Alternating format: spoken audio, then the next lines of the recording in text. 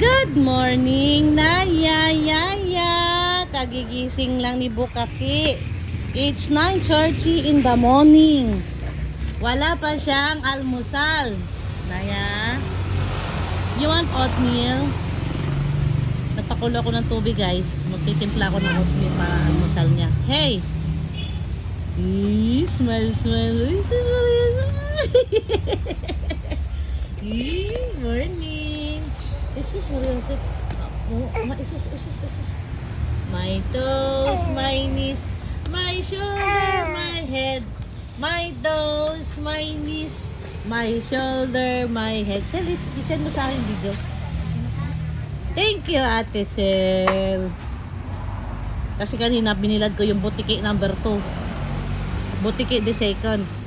Sabi ko kay Sel, i-video niya ako. Ano ba yung binti mo, Naya? Bakit ganyan ba yung binti mo talaga, oy? Hinilot-hilot ko na yun, pero nabawasan naman na. Sakang-sakang ang puti. Naya, ayaya. Naya, ayaya. Appear. Align. Dali, wag ka may sumpong. Naya, align. So, nandyan yung motor ni JM. Itatakbo mo na yung galon. Hindi mo dinala kagabi. Hindi ko ba naka-order pa? Andyan nga, meron nga, dinala ko. Hindi naka-order. Ano nakaka-order? Naya. Yeah. Naya. Wala pa ikaw breakfast? Ha? At sismosa ka na naman. Tito Jason. So, niikot mo na yung day.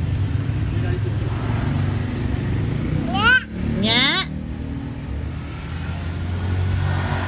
Nasa mood si Butiki. Kasi buo ang tulog.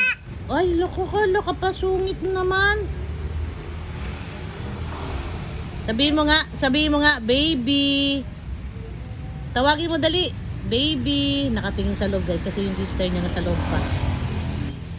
Tawagin mo, baby. Mama na lang. Mama. Tawagin mo para ilabas yung baby, dali.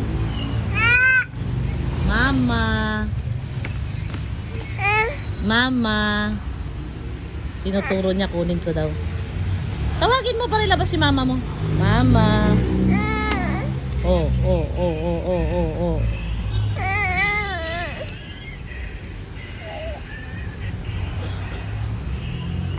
Mamaya ka na bumaba pagkatapos mo mag-almusal.